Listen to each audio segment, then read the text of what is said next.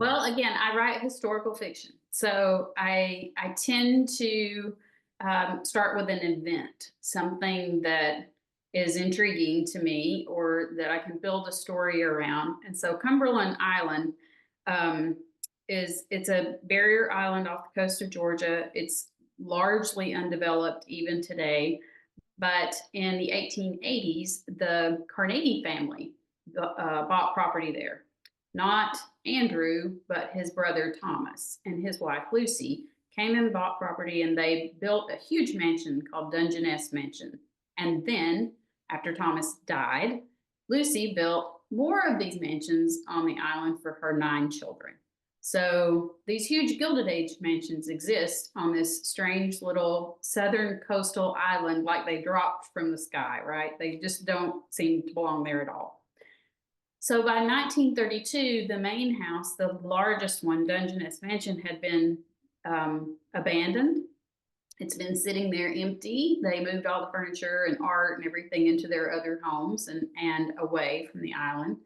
And I thought that's such a wonderful Southern Gothic setting. But they're still visiting the island, and they still would spend time there in these winter homes and have these outlandish parties. And I thought that was really intriguing for a reader. It's a kind of a spooky, wonderful backdrop for a story. But in 1959, that house had been sitting there for a long time.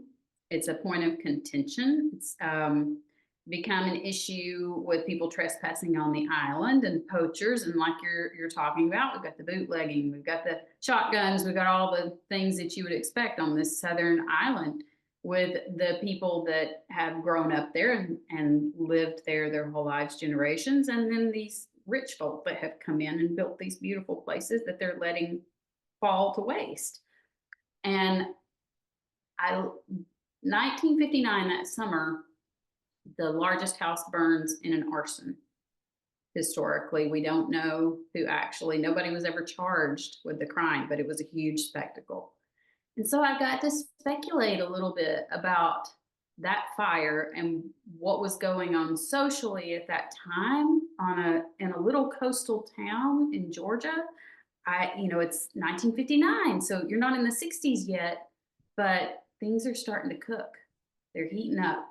And I liked being able to play with that, and then sort of the juxtaposition of that with 1932 was intriguing to me. And I could show people who had been there over the course of those decades, and a summer and something that happens in 1932 when things are still a little magical, and then what's it looking like by the 1959 and the change that occurs. The story. Well, I would love to be able to write just a really linear story, but I'm a Southern storyteller. And I think what happens every time is I start out like, okay, I'm going to write this story about 1959. I've got this one character, and she's an old lady, and she's been living here for 30 years, and my main character is Cleo Woodbine, and she's a recluse. And inevitably, as I'm telling that story in that timeline, I will look over my shoulder and say, oh, but you remember when? Because that's how I grew up, learning to tell a story. And there's always a family connection somewhere in it, and there's always a historical connection. So I end up with a dual timeline, and I end up with an ensemble, because I usually write a small town where everybody knows everybody else, and everybody's related or married into families and out of families, and the people who leave and come back and how they see things then. Those kinds of storylines intrigue me. So I have Cleo, who you see in 1932. She tells a story around a bonfire with the Carnegies, and things go really wrong. 2 boys drown, and then she spends the next 30 years living by herself, regretting what happened that night.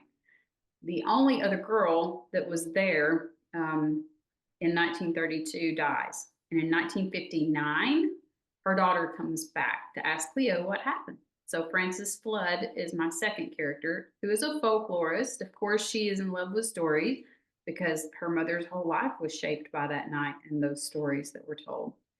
And then the third character is a young woman who does not grow up in this little coastal town, but comes there after marrying right out of high school, and 3 months later, she is widowed.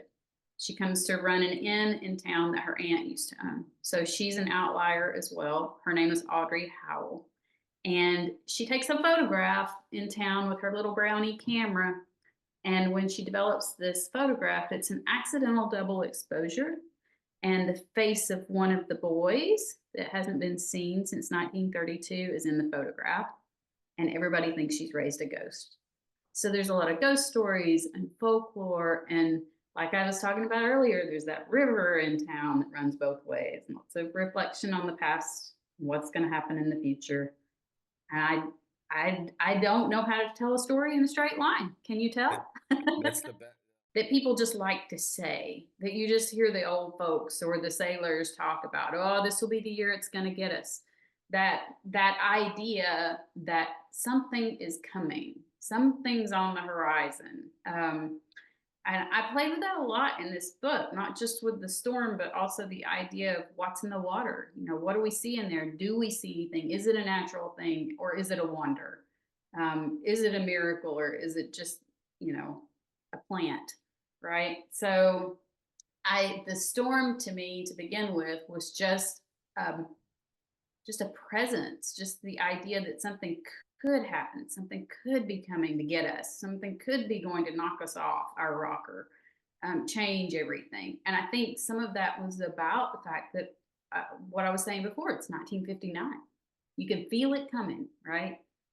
Integration is happening in the local high school in this novel, and everybody's anticipating what that's going to be in the fall, and they all have their opinions and their feelings about it. But it hasn't happened yet. You just know it's out there. So I wanted that feeling with this storm. And they've seen them before. They know what they can do. They have an expectation that it may change everything for where Cleo Woodbine is living on the island.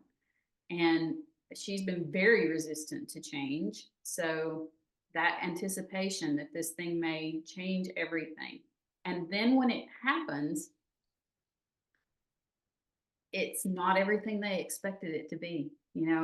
They survive it, and it changes some things and other things it doesn't touch. And I like that metaphor for how change happens. That you can take a hit, and yet what ultimately changes is incremental.